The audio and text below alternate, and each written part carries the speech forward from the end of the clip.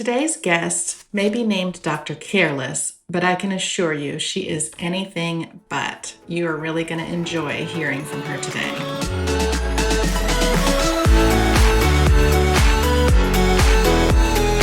I'm Cameron. I spent years building my career and creating a life I loved. And when my Prince Charming finally showed up, he had 4 kids in tow. Fast forward through lots of mistakes made and lessons learned, step family life was much more complicated than I realized. If you're looking for help with blended family life, you're in the right place. Welcome to the Stepmom Diaries, where we keep it real as we dish about all the things. This is your weekly dose of blended family inspiration and encouragement. You're not the wicked stepmother, so let me help you find your fairy tale ending. Come on, let's do this.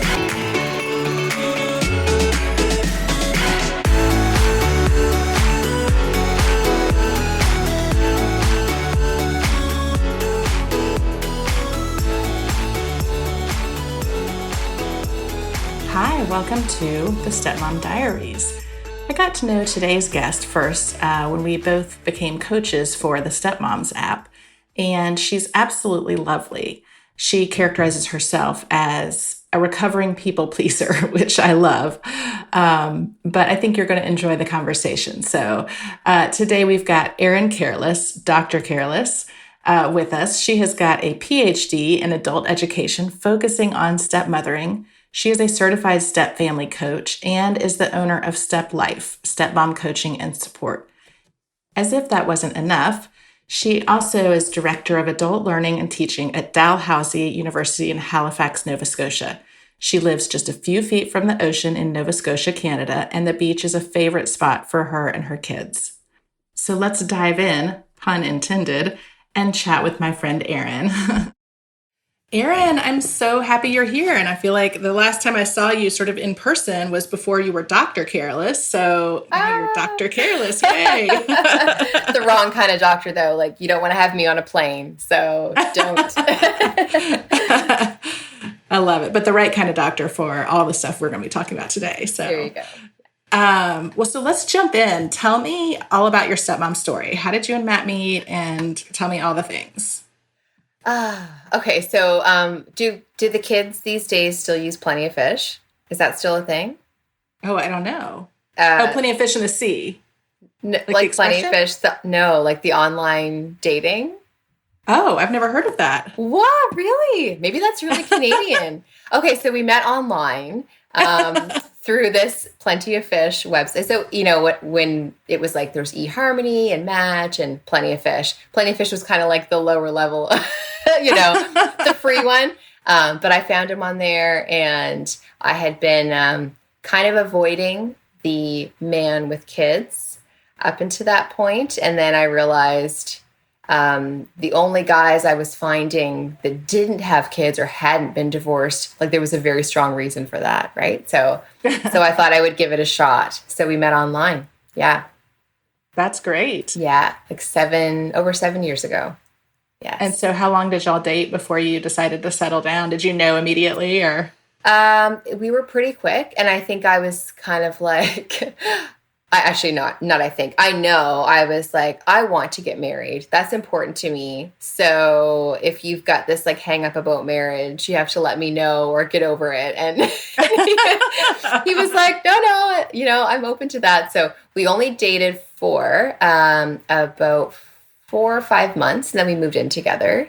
And I met the kids really quick. It was only about a couple weeks in, and that's because it was summer and he was going to have them for a few weeks full time. And he very sweetly was like, I don't want to not see you. So how do you feel about meeting my kids?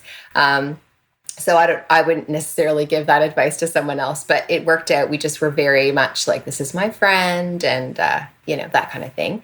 And then we got married about 1.5 years after we met. So yeah, pretty fast. That's great. I was a little older. I was kind of like, I still look good. I'm still rested. Let's do this now. That's kind of how I was too, frankly. Yeah, let's go. Come on. Yeah. So you have, since you got married, you have had 2 ours kids in addition to the step kids. So tell me about getting, I guess first 2 questions. So first, kind of getting settled into the stepmom role and getting to bond with the kids, especially since it did progress kind of quickly. But then also how you have managed to blend the ours kids into one big happy Rockwell painting family, which I know is like not the case. So I'm saying that sort of sarcastically because no blended family is like that. No, they're not. Yeah, it's really funny because I was never the person who wanted kids. Like I was never extremely maternal. I didn't think by the time I met Matt, I was 34 and I was like, well, I'm just not going to have kids and that's fine. And then when I met him and he had kids, I thought, okay, well, that's good. This is my kind of shot at having some kids. And when I saw the dynamic that they had with him, I just thought it was so beautiful. They were so close and he's a very, very hands-on, very affectionate, like touchy-lovey dad. And I thought, I started feeling like I wanted that with someone because I didn't have it with them. They were great kids. They were only 5 and 7. I've never had the, you're not my mom or blah, blah, blah. I've never had that experience. My biggest struggle has been what we're talking about today, the kind of parenting dynamics and your vision of what parenting looks like. So, but before I get into that, so I decided I really wanted that and I loved how it looked. And so we had my daughter, and I would say those first few years and when I had her were the toughest years of our lives so far, knock on wood, hopefully it doesn't get worse. When I just felt like something's got to change because I was trying to make this a family in the sense of what I thought a family looked like. And it was very, very challenging. So I kind of sorted those things out before we had my son. Finn, he's now about 19 months. And I would say, we've got things pretty well in a really good place right now, but it was some very rocky years in the beginning. And just me feeling like something's got to change or I got to bail. And I didn't really want to do that. So. That's amazing that you've had a good and consistent relationship with his kids since the get-go, because that's not always the case. How has the relationship been with their mom and with their other home? Yeah, and funnily enough, very similar. So right now we're in a really good place. She has a partner. They've been together for a few years, and we have always found when she's with someone and happy, things are really good. And this guy is a great guy. So things are very smooth. We get along. We can chat. I, can text her, no problem. We don't talk a lot, but in the beginning, you literally could not find another woman who is more polar opposite to me than she is. We are completely other ends of the spectrum in just about every single way. And so again, I really struggled with like both of their approaches to parenting and things that they did for the kids. And, she had kind of a bit of a rotating door there for a little while, and no judgment. Women need relationships, but men that were like living in the house, so there was some fairly, tough stuff in the beginning, but thank God that's kind of settled down in the last few years. So that's hard, especially as a new stepmom, when you're coming into it and you may have certain ideas about how the parenting should be done, and you're seeing things that like don't fit in with your ideas at all. Yeah, it's hard to influence that. They're not your kids, and so how do you approach that? Yeah, you're singing my song, like, and it made difficulties in every single dynamic for me, right? So I could not stand the mom because she was doing things, quote unquote, wrong. I'm using air quotes, like wrong to what I thought things should be done. And that's only my opinion. And it was my opinion as someone who didn't have kids, but it's still the way I thought. And it is the way I raise my kids now. So she was doing things wrong. My husband was doing things wrong.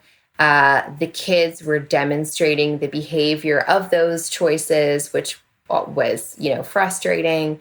So you're sort of like every turn you take, you're like hitting a wall, like nothing is working and you can't change any of it. Like the kind of the most classic example for our family is the kids started out in a Waldorf school. I don't know if you guys have that down there, but anyway, it's up here. It was a very small private school, like in a barn. And it's very much like nature and play based as opposed to focusing on academics and literacy, which great, wonderful, beautiful. They should be outside. They should be playing and learning about nature. Mm-hmm. But it was to the exclusion of anything academic. And so when I met them at 5 and 7, they didn't know the letters of the alphabet. And that I was a teacher. So I was like, oh my God, like giving me a heart attack. Like I was like, this is wow, not totally foreign for you. Yeah. I was almost like this is like abusive. Like, they want to read books and they can. And so anyway, I kind of started sticking my nose in and I started doing some letters and literacy work with them because it was just the one thing I couldn't step back and let that happen. And that was the only time she's kind of said, not your place, like, kind of back off. And fair enough, she's the mom, but I just couldn't get out of my head. Like, but you're making a wrong decision. You're doing the wrong thing. It's very difficult. Yeah. So that's a great segue to talk about. So you're speaking at our upcoming Stepmom Summit that's coming up. Can't wait. And we're so excited about that. And for anybody listening today, you can go to the stepmomsummit.com for information and to get your totally free tickets to this virtual event. But you're going to be talking a little bit about at the summit, stepping back and how stepmoms can step back when they need to. So let's kind of talk about some aspects of that without spoiling what you're going to talk about at the summit. So how does a stepmom know that she needs to take a step back? I mean, obviously you had your situation with teaching the kids letters and how to read, and you had a bio mom who was affirmatively saying, hey, not your lane, you need to take a step back. But what if you don't necessarily have that? Like, how do you know it's time to take that step back? Yeah. And I would actually say, that's not even when I did step back. Like I was sort of just so super convinced that she was wrong that I was like, yeah, okay, whatever. And when I really truly did step back was when my daughter was about 5 or 6 months old, and we had the kids full time for the summer. We were living in another province. I'm Canadian, for those who might not be Canadian, and so we had them for the whole summer. So we had a couple of things happening. Obviously, my husband missed them like crazy. He had never been that, far away from them for that long. Definitely feeling guilty because he wasn't with them and now there's a new baby.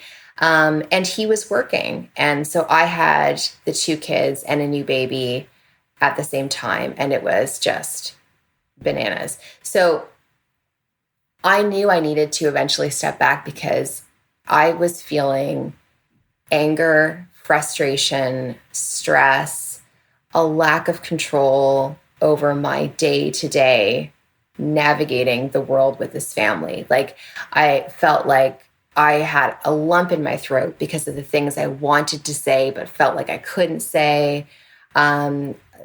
Just looking at them, and it's awful to think that now, like just looking at them made me angry because... But I think so many and not to interrupt, but I'm sitting here nodding because I feel like every stepmom listening today is probably like, I've been there. I totally know what that feels like, Yeah, absolutely. And the really crappy part about that is that it's not them, right? And it wasn't them. It was the expectations and the structure that my husband was not setting for them. They were just kids. They were just kids, yeah, they're doing what they're allowed to do. Like, oh, you're up till, midnight, 1 a.m. at 8 years old.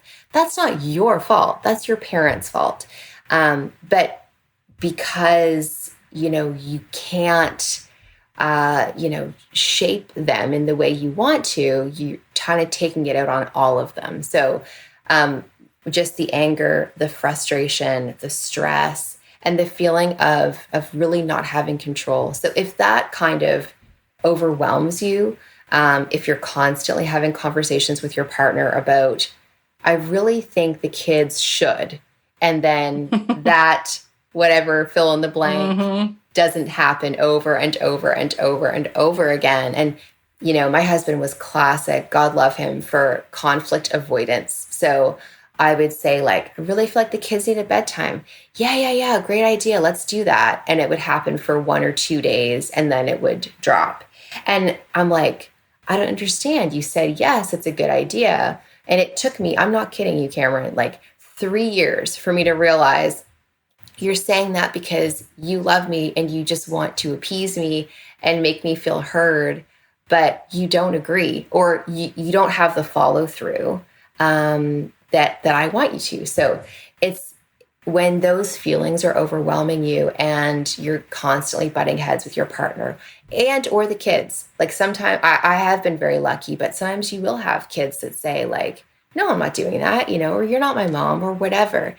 And, yes, it sucks. And yes, they need to respect you in the home as an adult and as the partner to their parent. There's absolutely a level of respect that's required. It goes both ways though. And if you're not getting anywhere and nothing is changing, then you need to change your tactic. Yeah, absolutely. Absolutely. So when stepmom realizes that it's maybe time for her to take a step back or time for something to change, how do you advise her to do that?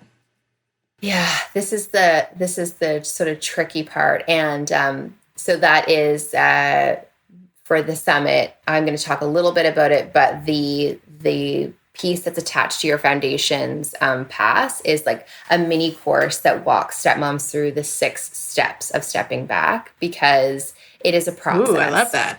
Yeah, well, it's not as simple as just like dropping the dishes and like, all right, peace out, I'm going out, with my girlfriends. It is a really reflective process, because sometimes the things that are really triggering you for different reasons. Like, some of the things that my husband does that drive me the most crazy are things that my dad did when I was a kid. My dad was extremely passive, didn't teach us about life, didn't expect us to do certain things. So I felt like when I was out on my own, I was kind of screwed over. Like, I don't even know what taxes are, Dad. I don't know what interest is. Like, what is this? What's this extra stuff I have to pay on my credit card? Like, what?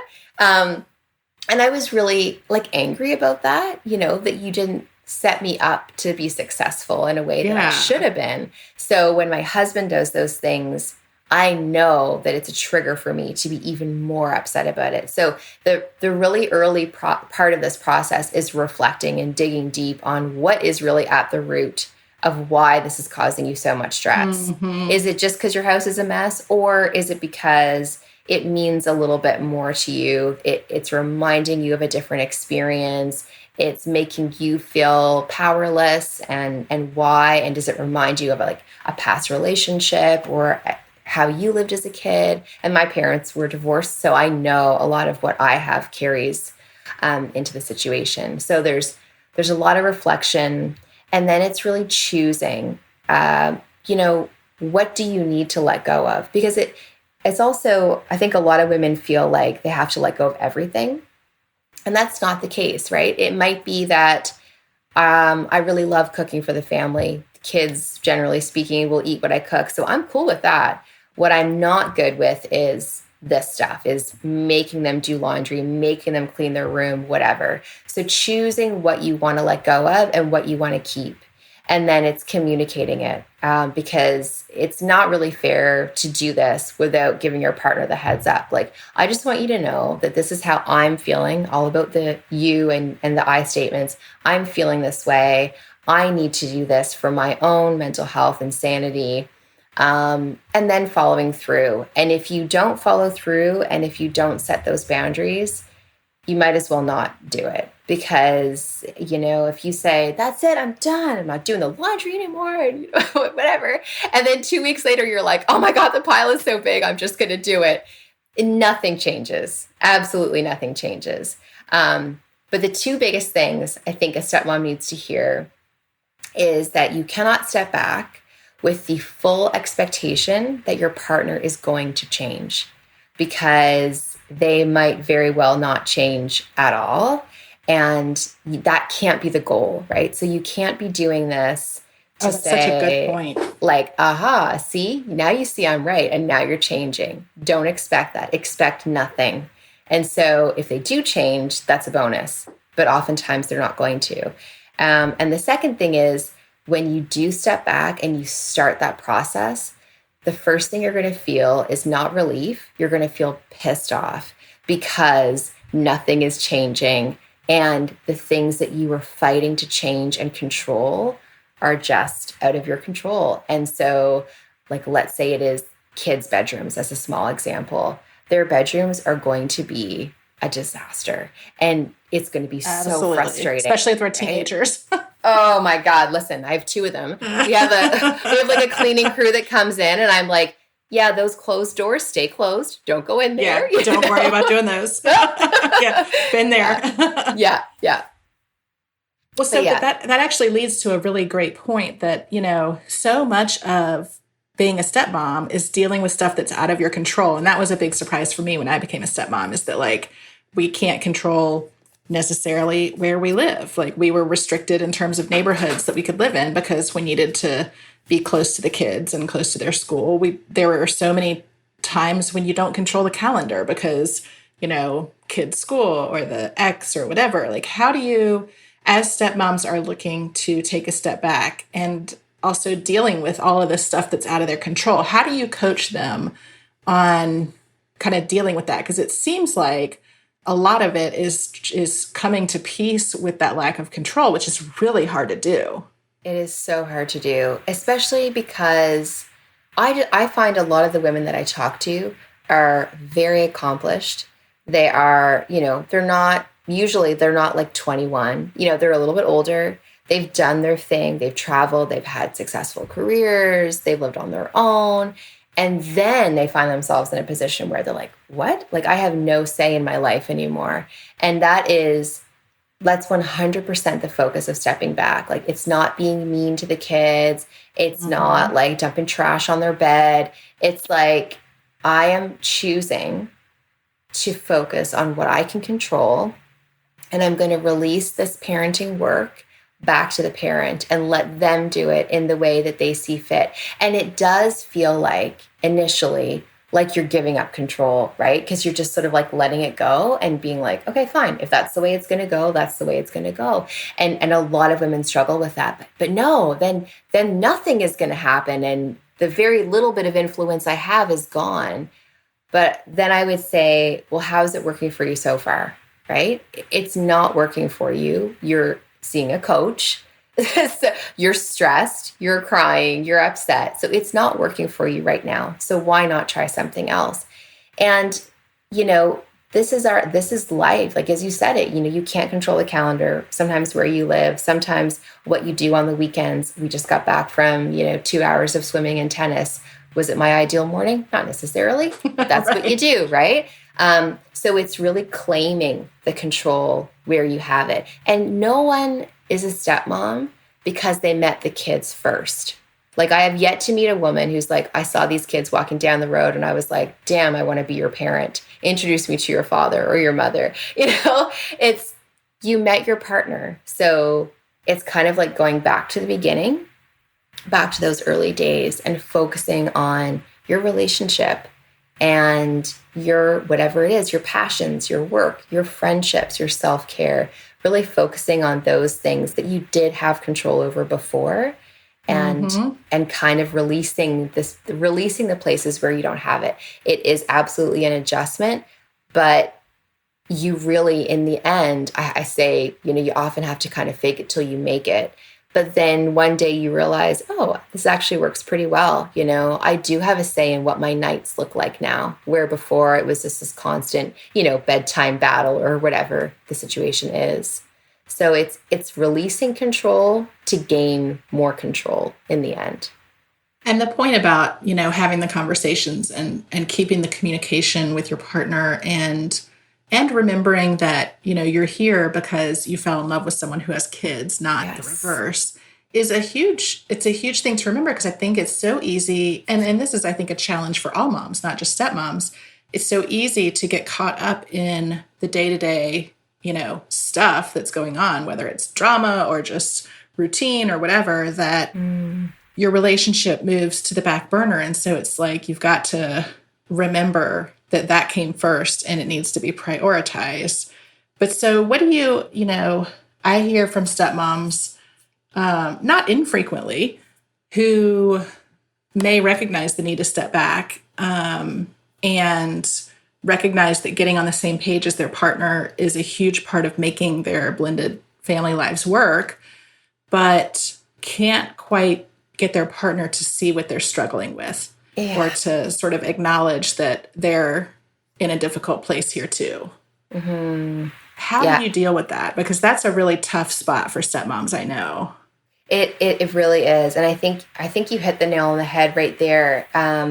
When you said like getting on the same page as your partner. And I think that ultimately very often we're not on the same page, but we kind of choose, where we want to have influence, where we don't, and where we say, you know what, we don't agree on this and it's okay. Like, you're going to do this for the kids. I would never do that for the kids. And that's okay. Because, we have, I've written a lot about this nuclear family standard that's been held up in society for so long, that this is what a family looks like. This is what the members of a family do. And that is not only irrelevant to any diverse family or any family that has, a different lived experience, but it's really not relevant for a step family. And there's a woman I know in Alberta, out west out here, and she was at the first stepmom retreat that I held. And she said it so perfectly, and I've used this quote so many times. She said, I finally had to realize that I had to let him parent as shitty as he wanted. And it was so perfect, because you're like, yes, like, I don't have to agree with the way you're doing it. I just have to say, you know what? I'm going to support you being a parent. If that's the way you're going to do it, okay. I've often said to my husband, like, just so you know, I still don't agree, but carry on. I just got to get my little point in there. But I think that's it, is you are not always going to be a team when it comes to parenting, but you can be a team in your relationship. And that's the most important thing. Because ultimately, like, as you said, when we're so focused on the kids, they grow up, they have their own lives, they move out, they do their thing. And it's that's the partner that you're going to have to spend the rest of your days with. So really, where should the priorities be? And it is hard. It's hard for moms and it's hard for stepmoms to kind of get out of that day-to-day focus on the schedule and the sports and the schooling and, this and that, the clothes. Oh my God, how many stepmoms, struggle with things like that. And they do matter in the day-to-day, but does it matter, in 10 years and 20 years? Is that going to matter? Right. That's such a good outlook. It's not easy. It's not easy. It's not easy. It's not easy. It's not. And I think it's great for stepmoms to know that even, you as a stepmom coach and also a PhD and, director of adult learning and teaching and, all these qualifications, that you have also struggled with this, I think it's really helpful for stepmoms to know that, we're out there talking about it, but we have been through the same things, right? Absolutely. And still go through them. And, I think that's the big thing for me. So when I did my research about stepmothering, and I interviewed stepmoms across Canada, in sort of like every province across Canada. And the one thing that they all had, the same experience around was jumping in with both feet into a parenting role, just fully right in there, doing the homework, packing the school lunches, doing this and that. They all did it really quickly and with full gusto. And they all at some point said, this is not working. And I need to kind of step back and take a look at my approach here. But it was every single woman. And they all said, I don't even know how it happened. We didn't talk about it. We didn't talk about our expectations. I didn't have the conversation where my partner said, I really want you to be the mom. It's just that as you do things and they seem happy, that's your approval. So you keep doing them and they're still happy. And so eventually you're like, why am I doing everything in this house for all these kids that aren't my kids? And so you're not alone. Like literally every woman I spoke to had the same experience, and they all had to step back and kind of prioritize themselves, take a break from that, let the parents see how much work they were really doing.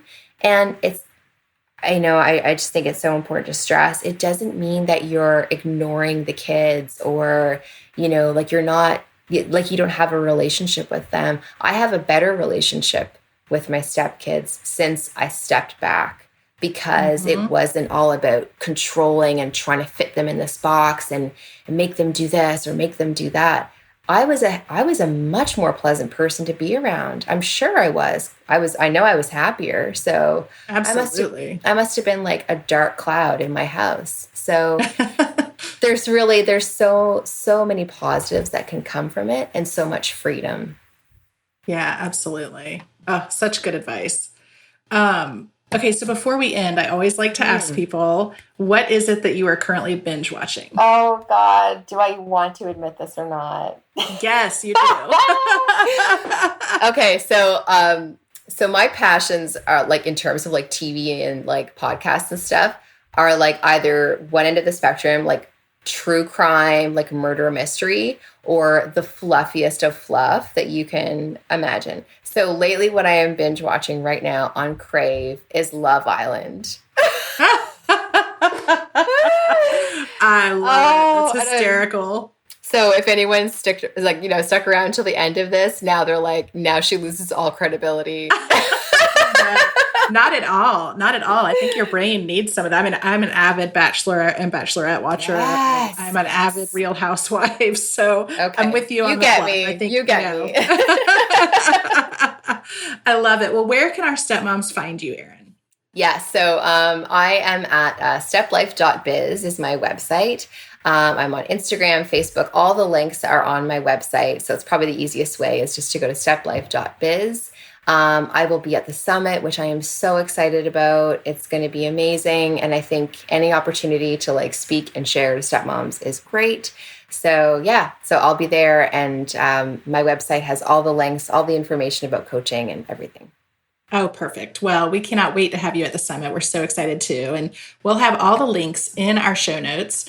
And you can go to thiscustomlife.com/episode 30 and access them there. So I'll have all of Erin's links and then all the summit links as well. Well, thank you so much. This was such a pleasure. Thank you so much for having me. It was great.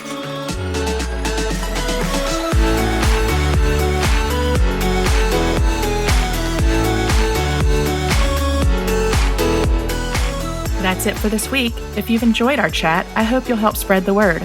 Share this episode with friends and head on over to wherever you listen to podcasts and leave me a review. And don't forget, for more great stepmom content, head on over to thiscustomlife.com and follow me on social media. Just search This Custom Life on Facebook, Instagram, Twitter, and Pinterest.